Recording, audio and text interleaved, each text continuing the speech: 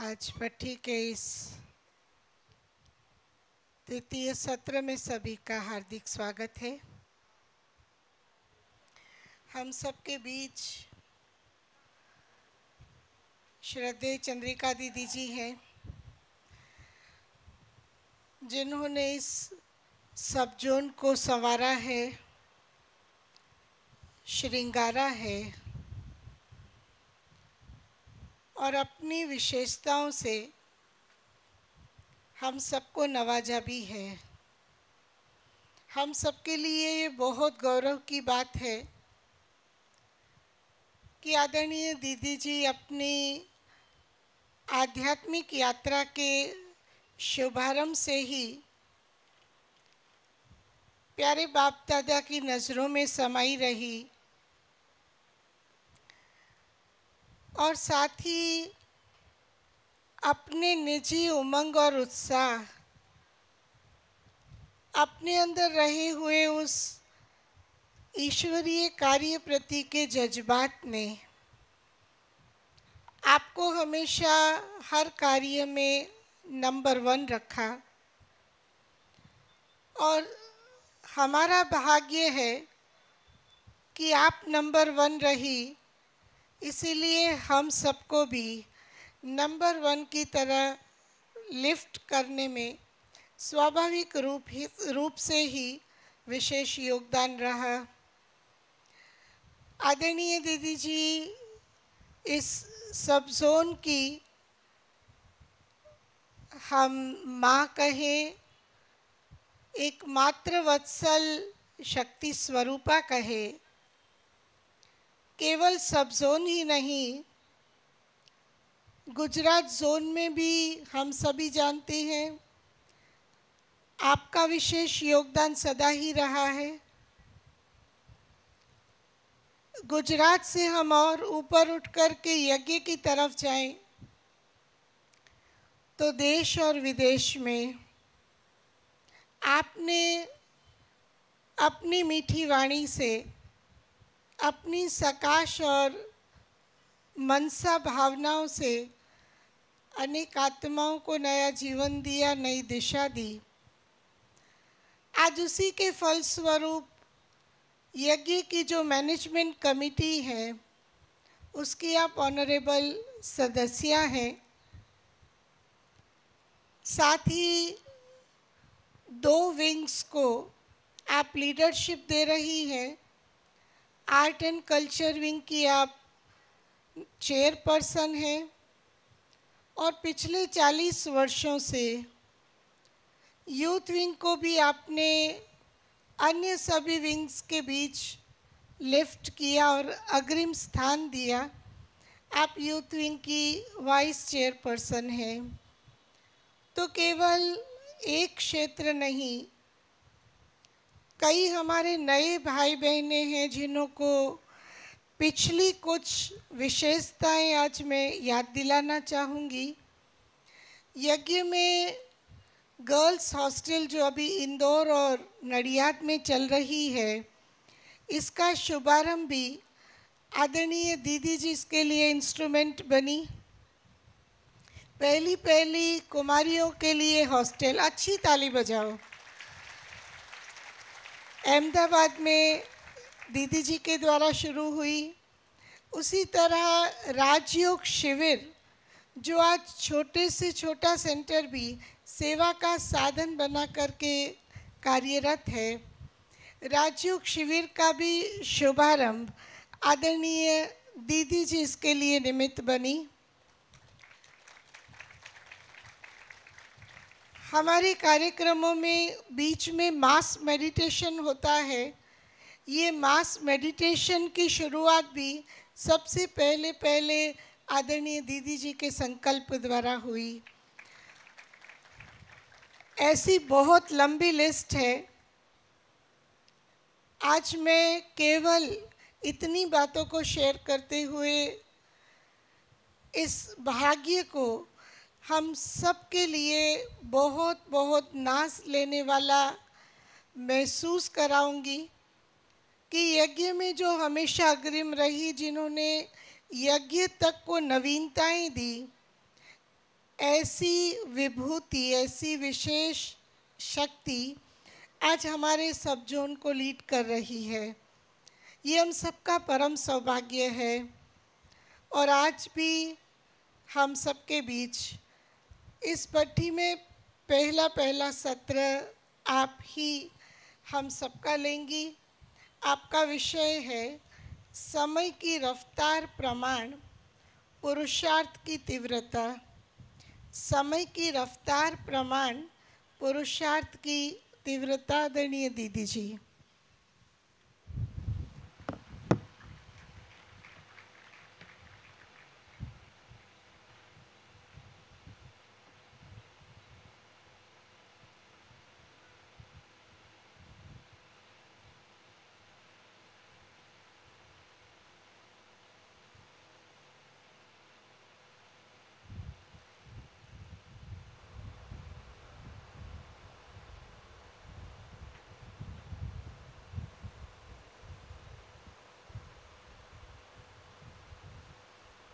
વાંધો નથી, પણ આમાં પંખાનો અવાજ કદાચ જાય છે.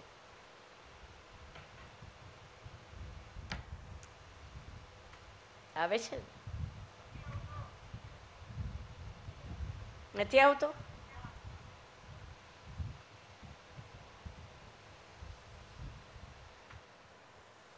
ઓમ શાંતિ. ઓમ શાંતિ. ओम शांति. हमारी बहनें बेचारी धूप में क्यों बैठी है? अपने को कहाँ भी एडजस्ट कर लो, हा? धूप में नहीं बैठना.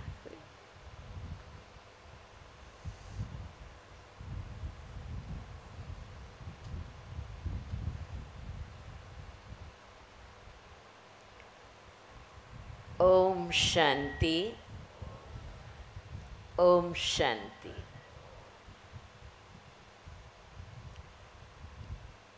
समय की रफ्तार.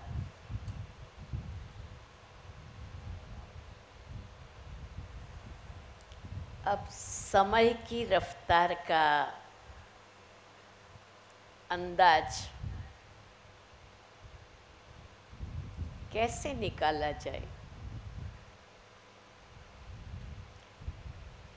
समय का संबंध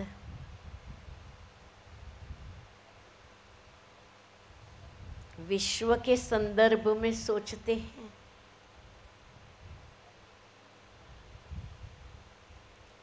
कि समय का संदर्भ स्वयं के संबंध में सोचना है? क्या करना है? विश्व की परिस्थितियों के हिसाब से हमें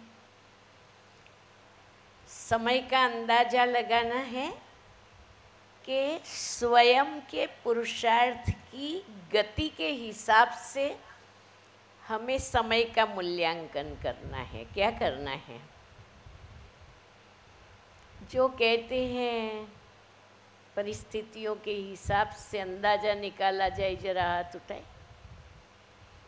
नहीं, स्वयं के पुरुषार्थ के हिसाब से समय का मूल्यांकन किया जाए, वो हाथ उठाएं. अच्छा, तो जिनके पास पुरुषार्थ करने के लिए कम से कम 5 साल का समय तो है ही, वो हाथ उठाएं. 5 साल का. जिनके पास 25 साल की गारंटी है कि 25 साल तो मैं पुरुषार्थ अवश्य करूंगी, वो हाथ उठाएं.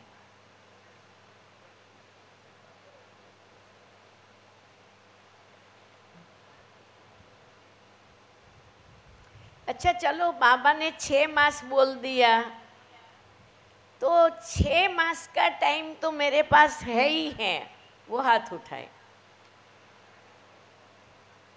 क्योंकि बाबा ने बोला है तो 6 मास का तो आयुष्मान भव का वरदान मिल गया, ऐसे समझते.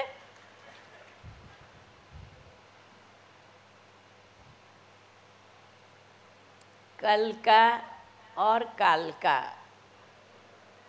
कोई भरोसा नहीं है। इसीलिए समय का मूल्यांकन बाबा के शब्दों में कब नहीं, अब, ये समझना चाहिए। अगर कब नहीं, अब का गणित मेरे को आता है तो अब मुझे क्या करना चाहिए।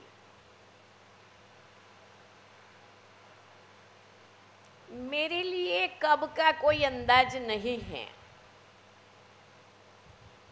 पर क्योंकि मैं इस समय शरीर में हूँ, मेरे लिए अब का अंदाज है। और ये घड़ी मेरी घड़ी है। अब घड़ी मैं जो करना चाहूँ वो कर सकती हूँ। इसी समझ के आधार पर, इसी सोच के आधार पर हमें हमारे पुरुषार्थ की रफ्तार को सेट करनी होगी। और वैसे ये बहुत सहज हिसाब है, अगर समझ में आ जाए तो ये तो बहुत सहज हिसाब है। कल तक का मुझे कुछ सोचने का नहीं है, मैं निश्चिंत हो गई हूँ।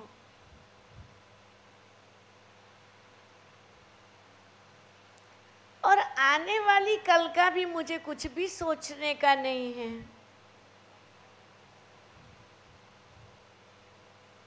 बस केवल मुझे इस घड़ी का ही सोचना है। ये वर्तमान के समय के हिसाब से नहीं, लेकिन अध्यात्म मार्ग पर चलने वाली एक व्यक्ति के लिए इतनी ही अंडरस्टैंडिंग काफ़ी है कि ये घड़ी मेरे जीवन की अंतिम घड़ी है। मम्मा ने यही पाठ पढ़ाया, हर घड़ी को अपनी अंतिम घड़ी समझो। तो हर घड़ी को अंतिम घड़ी समझना माना क्या सोचे, बस ये शरीर चला गया ये सोचे, ये शरीर मर गया इतना ही सोचना है।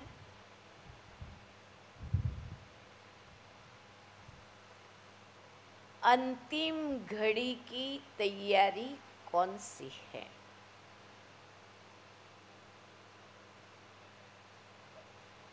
अब क्योंकि हमारे कोर्स के लेसन को रिवाइज करना पड़ेगा, इसीलिए एक विषय पर नजर करते हैं। वो है बेहद का वैराग्य। अगर सही अर्थ में मुझे वैराग्य की प्राप्ति हुई हो तो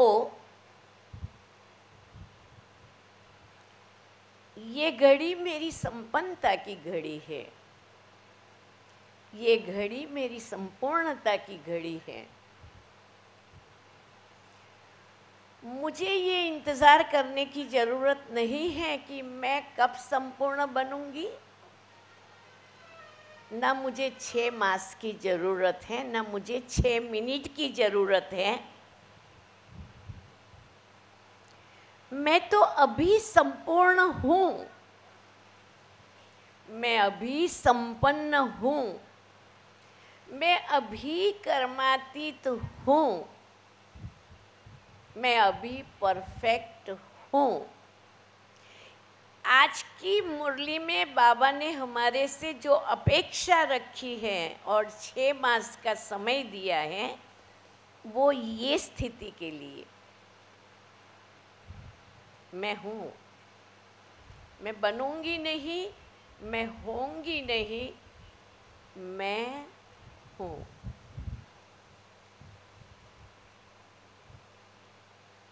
दो रास्ते हैं।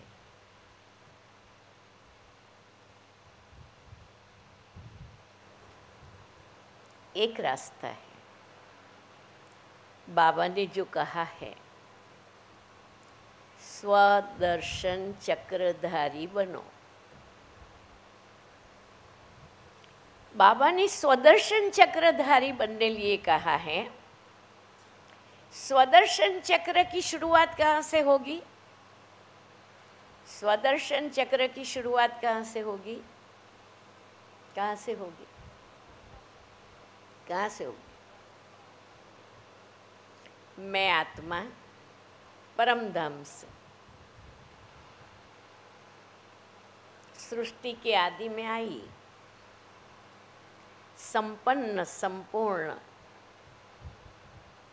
पूरा चक्र हो गया। अभी मैं आ गई संगम में। ब्रह्मा बाप की संतान, शिव बाप की संतान, बाप समान। स्वदर्शन चक्र, हम सो सोहम, हम सो सोहम, हम सो सोहम।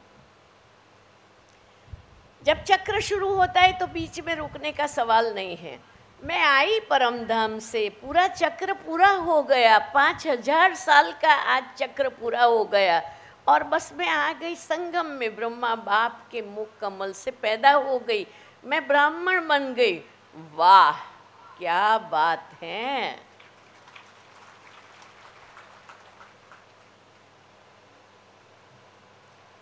स्वदर्शन चक्र घूमता रहे और स्वदर्शन चक्र में बाबा ने हमें जो अनादि स्वरूप, आदि स्वरूप, पूज्य स्वरूप, ब्राह्मण स्वरूप, देवता स्वरूप, जितने नशे चढ़ाए हैं, उसी नशे के स्वदर्शन चक्रधारी बनकर के रहे। स्वदर्शन चक्रधारी का स्वमान बना रहे तो मैं आज ही इसी घड़ी संपन्न आत्मा हूँ, संपूर्ण आत्मा हूँ।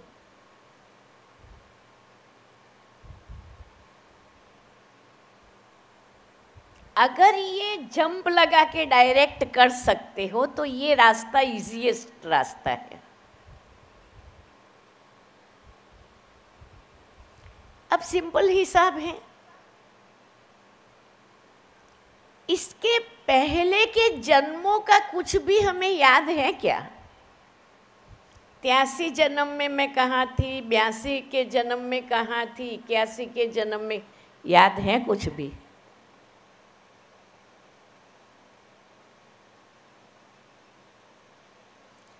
वो सारे जन्म बहुत इम्पोर्टेंट थे, वो नहीं होते तो ये जन्म नहीं होता। जब हम उन जन्मों को ही याद नहीं करते हैं, हमें कुछ भी याद नहीं है।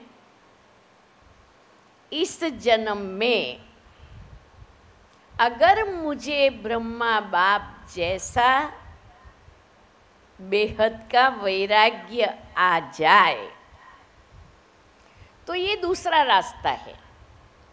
एक है बेहद के वैराग्य के रास्ते पहुंच जाओ, दूसरा है स्वदर्शन चक्रधारी के रास्ते से पहुंचो। आपको जो रास्ता इजी लगे वहाँ से पहुंचो, पर आप अपनी संपन्न संपूर्ण श्रेष्ठ कर्मातीत अवस्था में रहो। रहना ही है। पर्दा मुझे ही खोलना है, मेरा पर्दा दूसरा कोई खुलेगा नहीं। और वो खोलने आएंगे और हम ठीक नहीं तैयार हुए होंगे तो हम आप खुद इरिटेट होंगे, ये क्या कर रहे हो, समझ में नहीं आ रहा है। ऐसे करेंगे, नहीं करेंगे, मेरा पर्दा मुझे खोलना पड़ेगा। तो एक वैराग्य का रास्ता है, दूसरा स्वमान का रास्ता है। आपको जिस रास्ते से इजी लगता है उस रास्ते से आप सिलेक्ट करना। मुझे ये रास्ता अच्छा लगता है, कौन सा? स्वमान का रास्ता। मैं जो हूँ आत्मा, जैसी हूँ, जिस गुण और शक्तियों वाली, जिसकी हूँ सर्वशक्तिवान बाप की, और प्रेजेंट में मास्टर भगवान हूँ, सीधा ही सा, बीच में कोई गड़बड़ नहीं चाहिए। मैं हूँ, मैं जो हूँ वो मुझे मालूम है, मैं हूँ। और ये स्वमान में रह करके अगर उस स्वमान के विस्तार में आप जाएंगे, आपको हर समय में एक इतना गहरा अनुभव होता जाएगा जिसको वर्णन करने के लिए शब्द काफ़ी नहीं हो सकते हैं।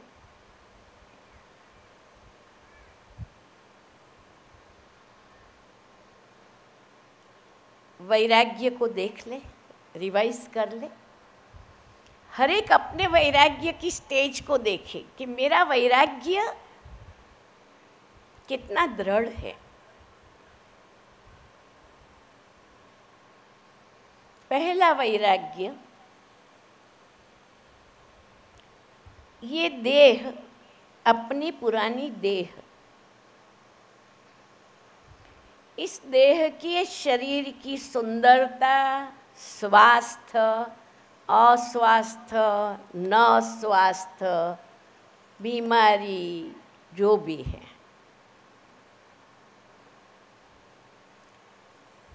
मुझे ये देहपान कितना खींचता है। शरीर का नाम, शरीर का रूप, शरीर की तकलीफ़ें, शरीर की कमजोरियाँ मुझे सारा दिन किस कॉन्शियस में रखती हैं? शरीर ने मुझ आत्मा को जकड़ के रखा है, पकड़ के रखा है। मैं देह के भान में हूँ या मैं देह की मालिक बन इस शरीर को केवल इंस्ट्रूमेंट समझकर, साधन समझकर मैं अपनी साधना की स्थिति में रहती हूँ? ये सवाल अपने को पूछने का।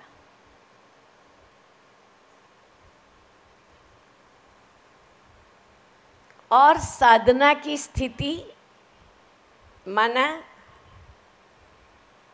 जिनकी दिनचर्या ब्रह्मा बाप समान हो, सीधा हिसाब है। जैसे ब्रह्मा बाप ने अपने रथ को हमेशा समझा ये शिव बाबा का सेवा का रथ है, हमें भी यही कहा गया है कि बच्चे समझो कि ये शिव बाबा का रथ है।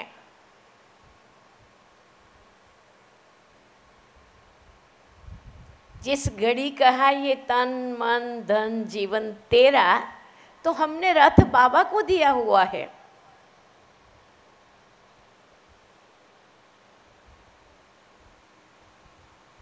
भले शरीर में तकलीफ आए, हम ये महसूस नहीं कर सकते हैं बहुत दर्द हैं, और अब तो मैं खलास। आपको मालूम है ये आपका सोचना आपको ख़त्म करता है।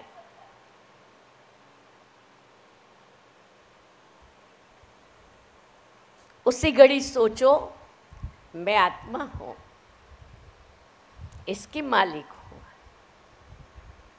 इसको मेरे कहने प्रमाण चलना होगा। उठो बच्चे, बाबा का आदेश है, ये करना होगा, ऐसे ही चलना होगा। महात्मा गांधी ने कहा था सच्चा सेवक वो है जिसके ऊपर से सारा जमाना गुजर जाए पर उसके अंदर से ये हुंकार न निकले। हम तो भगवान के सेवाधारी बच्चे हैं, हमें रोग क्या कर सकता, शोक क्या कर सकता, बीमारी क्या कर सकती, कमजोरी क्या कर सकती।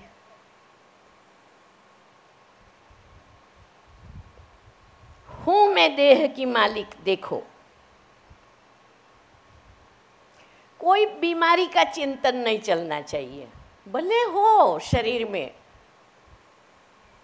बीपी हो, थायराइड हो, शुगर हो, दुनिया भर की बीमारी हो, पर हमें मुख से ये हरफ नहीं बोलना चाहिए कि मुझे बीपी हो गया है।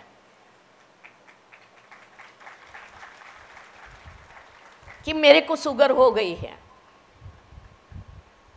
अगर आप सचमुच बेहद के वैरागी देह से बनने चाहते हो, मेरे मीठे भाई बहने, आज के दिन ये लिख लो कि इस आत्मा के मुख से कोई बीमारी का नाम नहीं निकलेगा।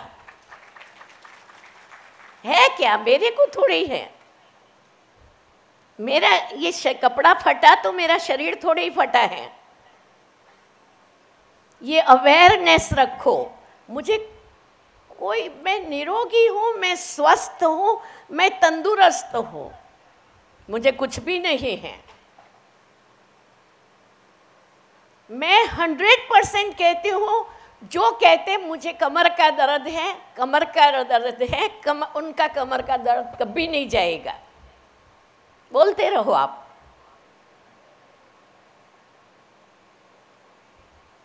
मुझे टांगों का दर्द है, कभी नहीं जाएगा। हमने यहाँ उसको बिठा दिया है।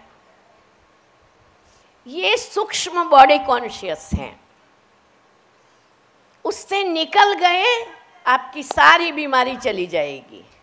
लिख लो, मैं सच्चा बोलती हूँ, कोई दवाई की जरूरत नहीं पड़ेगी। अगर अंदर में ये स्ट्रॉन्ग विल पावर आ जाए, मैं आत्मा हूँ, मैं शुद्ध हूँ, मैं पावन हूँ, मैं पवित्र हूँ, मैं निर्विकार हूँ, मैं आत्मा हूँ और मैं परम धाम वाली परम पवित्र आत्मा हूँ। कोई साधारण थोड़ी हूँ, होलीएस्ट हूँ। एक सेकंड में आपकी सारी बीमारी भाग जाएगी। बीमारी का कोई मूल नहीं रहेगा। परंतु हमें वैराग्य नहीं है हमारे शरीर से और हमारी बीमारियों से। हमें उनसे बहुत प्यार है, जो प्यार से कहते हैं मेरे को ये दर्द है, मेरे को वो दर्द है, मैं नहीं उठ सकती हूँ, मैं नहीं कर सकती हूँ, मैं नहीं कर सकता हूँ। ये कमजोरी, ये अलबेलापन, ये बहानाबाजी, इसको वैराग्य कभी नहीं कह सकते हैं। और जब तक देह से वैराग्य नहीं है, देह की कमी कमजोरियों से वैराग्य नहीं है, तब तक मैं आत्मा हूँ, मैं श्रेष्ठ आत्मा हूँ, मैं संपन्न आत्मा हूँ, मैं संपूर्ण आत्मा हूँ, मैं परमात्मा संतान हूँ। ये स्वमान टिक नहीं सकता। इस स्वमान को टिकाने के लिए देह के भान से बेहद का वैराग्य चाहिए। उतारा ये कपड़ा, उतारा ये कपड़ा, फिनिश। आप ऐसी ही स्फूर्ति अनुभव करेंगे जैसे सुबह उठे हैं, रात को सोने तक इसी स्फूर्ति के साथ अपने आत्म अभिमानी नशे में आप मस्त रह सकेंगे।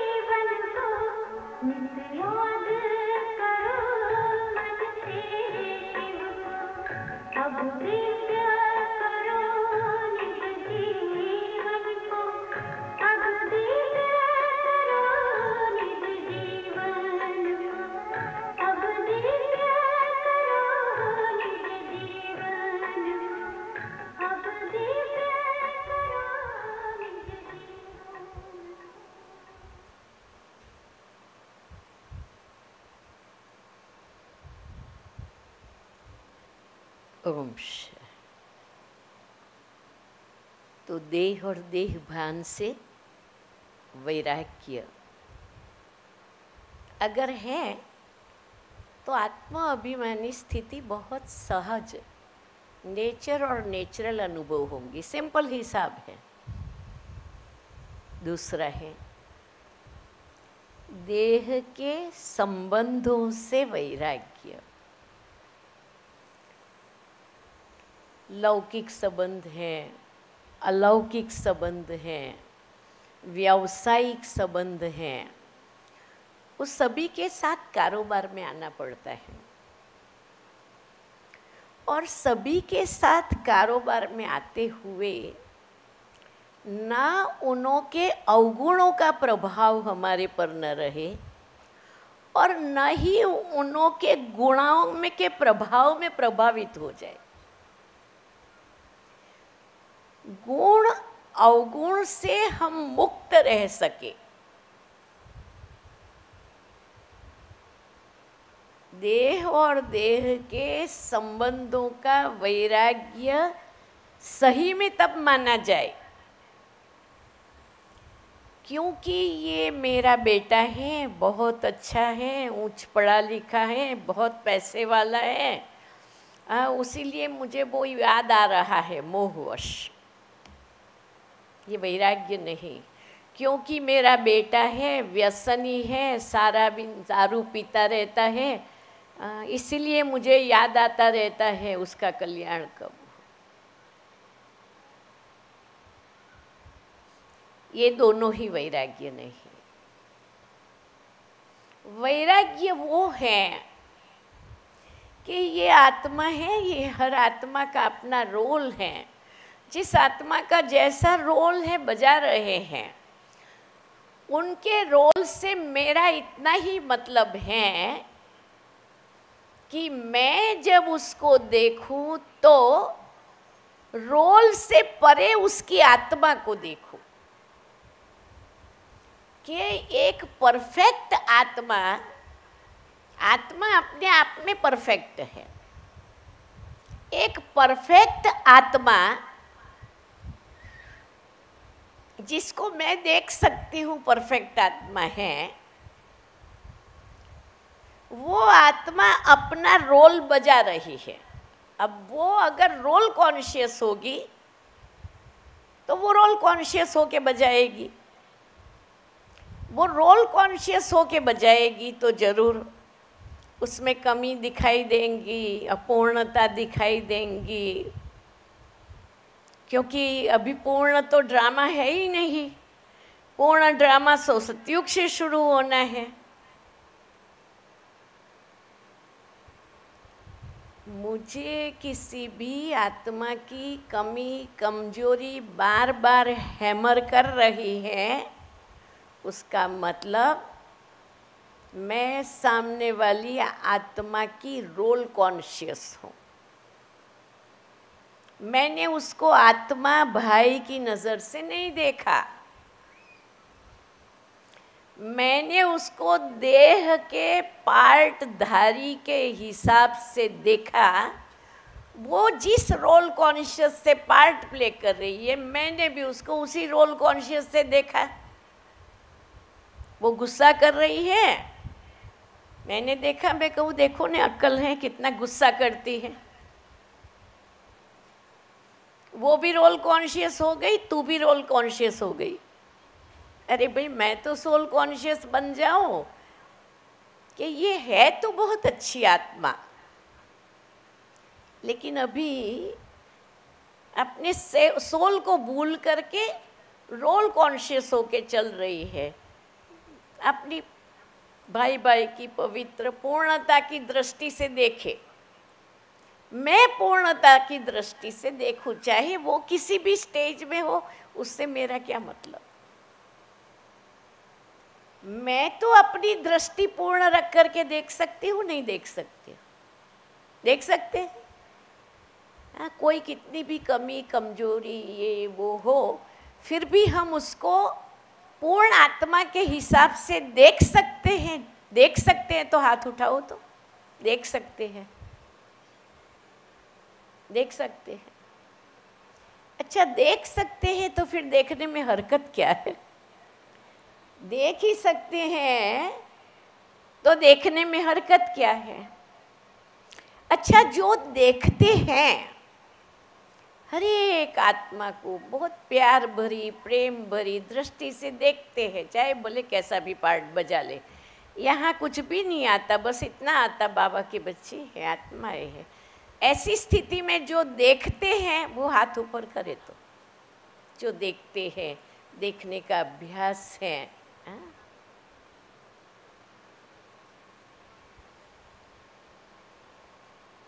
ये देह और संबंधों से वैराग्य का सीधा हिसाब है। मुझे कोई भी आत्मा मेरी अवस्था को डाउन ना कर सके। किसको देखने से, किसके साथ रहने से मेरा मूड बिगड़ जाए, मेरी अवस्था बिगड़ जाए, तो ये क्या? आप तो मास्टर नहीं हो। आपको लोग जैसे नचाए वैसे आप नाचते हो। आप अपनी अवस्था के गुलाम हो। देह और देह के संबंधों से वैराग्य, मन आत्मा देखना, संपूर्ण आत्मा देखना, संपूर्ण आत्मा की नज़र से सोचना। चाहे कितनी भी नीचे गिरी हुई आत्मा ये भावना आवे, नहीं एक दिन ये आगे बढ़ जाएगी, ये सुधर जाएगी, ये अपनी स्थिति को प्राप्त कर लेंगी, मुझे विश्वास है वो सब ठीक कवर कर लेगी, ये मेरा विश्वास है। हमें अपने में भी ऐसा विश्वास चाहिए, हमें दूसरों में भी ऐसा विश्वास चाहिए। जिस घड़ी आपको किसी के प्रति नफरत आता है, आप देह के संबंधों के कॉन्शियस में हैं।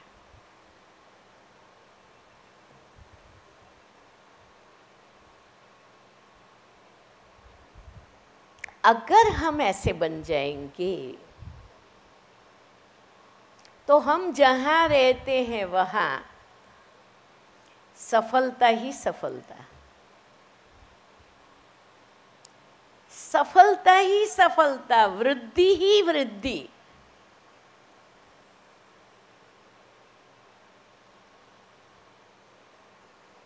समझो आपके घर में कोई एक व्यक्ति आई, आपको आए तो बुलाना तो पड़े तो बुलाया, लेकिन उनकी प्रेजेंस आपको इतनी अच्छी नहीं लगी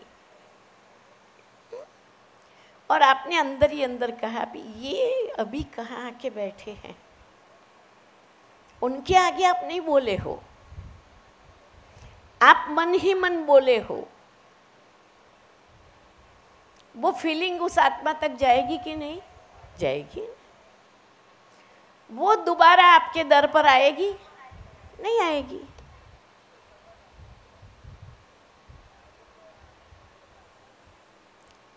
कई लोगों को दूसरों के साथ बनती नहीं है,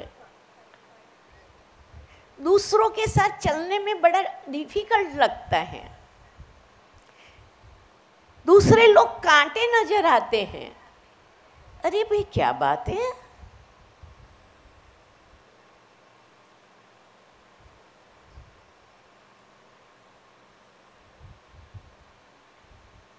आपको समझ लेना चाहिए मैं सबसे बड़ा कांटा हूँ,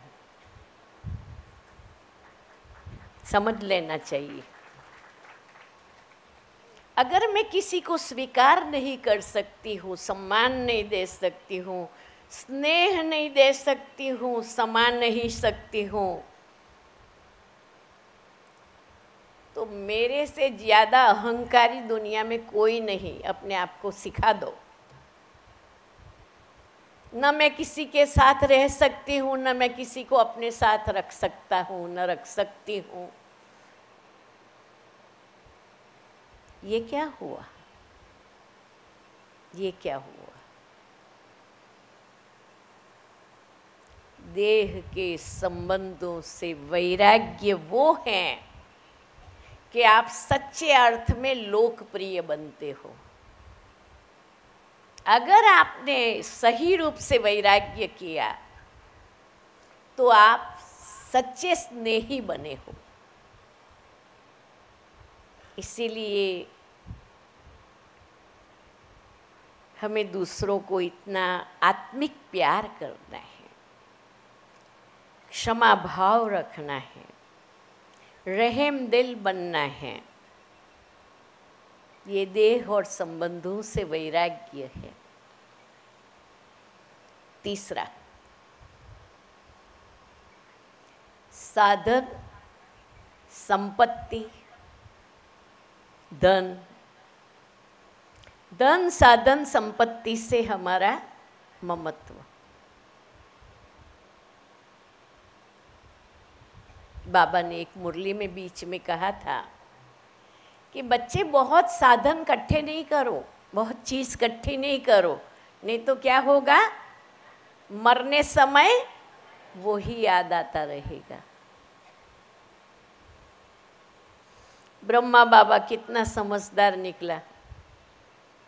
साक्षात्कार होते ही अपना जो था वो माताओं के नाम पर ट्रस्ट बना के विल कर दिया, संभालो। खुद को पहनने के लिए धोती पायजामा चाहिए तो भी वो चार्ज वाली से लेता था।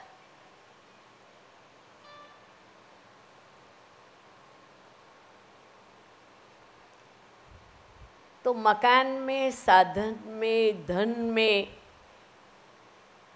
अगर हमारा ममत्व है, हम उसी में से ऊपर उठ नहीं सकेंगे। निराधार नहीं हो सकेंगे। और उसी को सजाने में, संवारने में, संभालने में हमारी जिंदगी का मूल्यवान समय जा सकता है।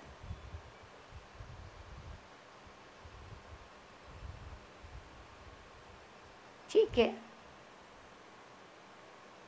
मालिक बन करके यूज करना एक अलग चीज है,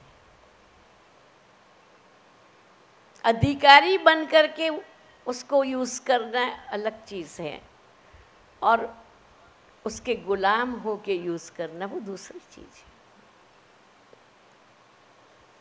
किसी चीज के बिगर पीछे चल न सके ऐसा भी नहीं, हम निराधार भी रह सके।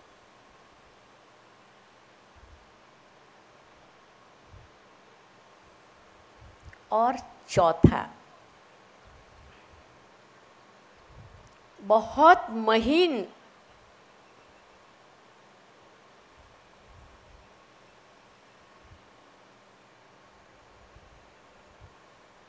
वैराग्य लाना है मैंपन और मेरेपन से।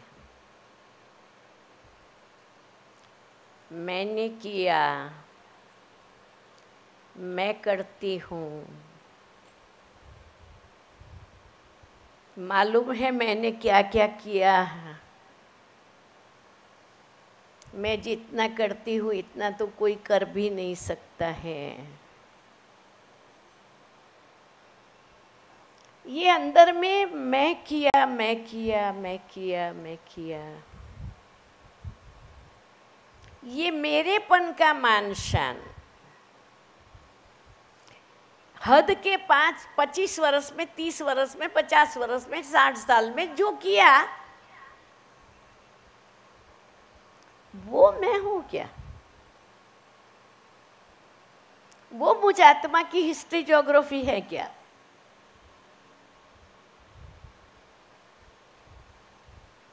हाँ, मैंने भगवान को पाया,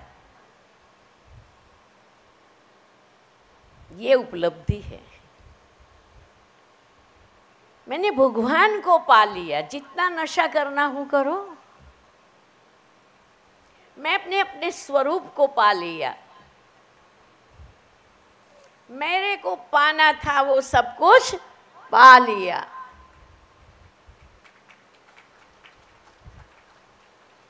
ये है बेहद के वैराग्य की रियल स्थिति, कि कुछ भी देखते हुए दिखाई नहीं दे रहा है, कहाँ भी बुद्धि अटकी हुई नहीं है, बस अपने लक्ष्य के तरफ बुद्धि है, मुझे यहाँ पहुँचना है। कोई स्टेशन पर रुकना नहीं है, कोई साइड सीन में रुकना नहीं है, बस वहाँ ये मेरी पोजीशन। कौन सी? मैं और बाबा कंबाइंड। बस दिन रात बुद्धि लगी रहे, मैं और मेरा बाबा, मैं और मेरा बाबा। ये जो कंबाइंड स्थिति है, इस स्थिति को कहेंगे होलीएस्ट, हाईएस्ट, लकीएस्ट, रिचेस्ट। और वो तो अभी भी हो सकती है, हो सकती नहीं हो सकती, अभी हो सकती है कि नहीं? अभी से हम इस स्थिति में रहना चाहे तो रह सकते हैं कि नहीं रह सकते हैं? अगर ये समझ, ये ज्ञान का विस्तार हमारी बुद्धि में रहे तो इसी घड़ी से मैं संपन्न आत्मा हूँ, मैं संपूर्ण आत्मा हूँ, मैं सतो प्रधान आत्मा हूँ, मैं कर्मातीत आत्मा हूँ, अभी से हम रह ही सकते हैं, अभी से ही रहना है भाई मेरे। सतयुग में सतो प्रधान अवस्था को क्या करना है, सतयुग की कर्मातीत अवस्था को क्या करना है, जो करना है वो तो अभी करना है।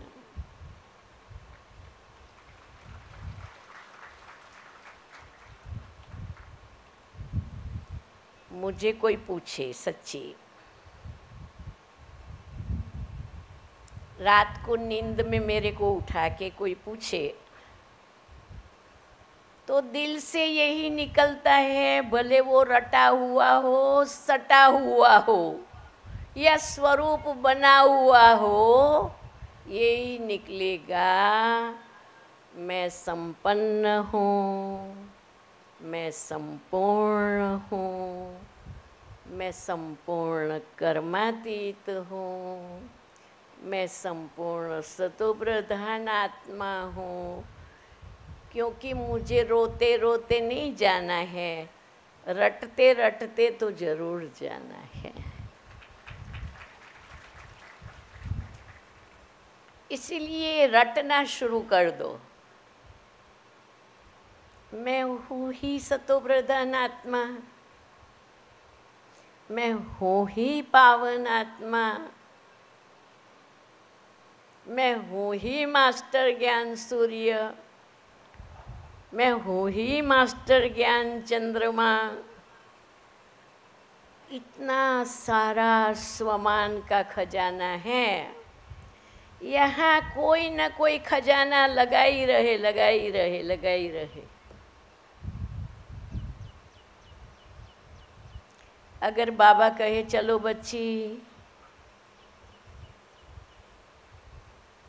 मैं बाबा को कहती क्या चलो बच्ची, मैं तो वहाँ ही हूँ, तेरे पास तो बैठी हूँ, चलो बच्ची कहना ही नहीं पड़ेगा। चले हैं, अभी रखा क्या है इस दुनिया में, मुझे बताओ। मेरे ब्रह्मा बाबा गए, वीरचंद काका, मेरी दादियाँ गई,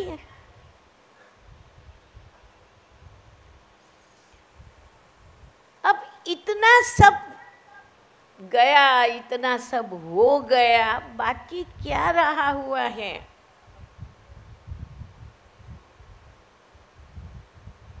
ये बाबा रहम दिल है, इसलिए चांस दे रहा है, फिर भी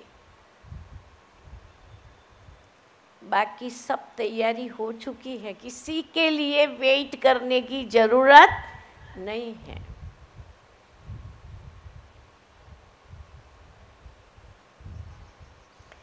हमें स्वप्न में भी इस जन्म के संबंधी लौकिक अलौकिक अगला पिछला तेरा मेरा टेढ़ा बांका कुछ भी याद ना आए, बस हमें याद आए जाना है, अब घर जाना है, बाबा आया हुआ है और बस हम उड़ रहे हैं। ये सुख अभी लेना है। सभी सुखों से बड़ा ये सुख, बिना पाई का खर्चा, बिना ट्रैवलिंग में टाइम वेस्ट करना, बिना गूगल में लोकेशन डाले,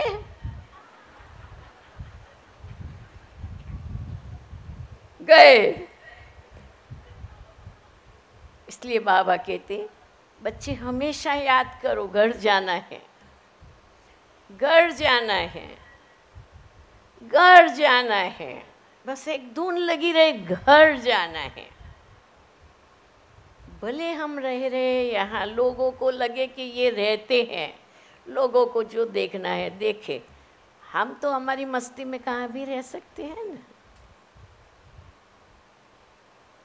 किसी की जबरदस्ती है कि मैं यहाँ बैठी हूँ तो मुझे यहाँ ही देखे, मैं तो मेरे बाप के साथ रह सकती हूँ। संगम का ये सुख। अब मुझे पूछो समय के हिसाब से, तो अगर 100 साल संगम का है तो 88 वर्ष चले गए। संगम के सुखों के लिए भी अब समय ज़्यादा नहीं है। जो कहते हैं पहले वालों ने पाया, वो उनके पीछे वालों ने नहीं पाया। उनके पीछे वालों ने पाया जो उनके बाद वालों ने नहीं पाया। अरे उनके बाद वालों ने जो पाया और गए, वो हमने नहीं पाया। तो हम तो पाले, हमें जो पाने का है, किसकी इंतजार करनी है? कौन सी भट्टी की इंतजार करनी है? ये घड़ी आप हम सबके लिए संपन्नता की घड़ी है, संपूर्णता की घड़ी है, संपूर्ण सतोप्रधान अवस्था में रहने की घड़ी है। आज से मैंने संगम युग का 100% सुख पाया है। बस हमारा दिल ये कहे मैंने जो पाना चाहिए संगम में, कुछ भी बाकी नहीं रहा।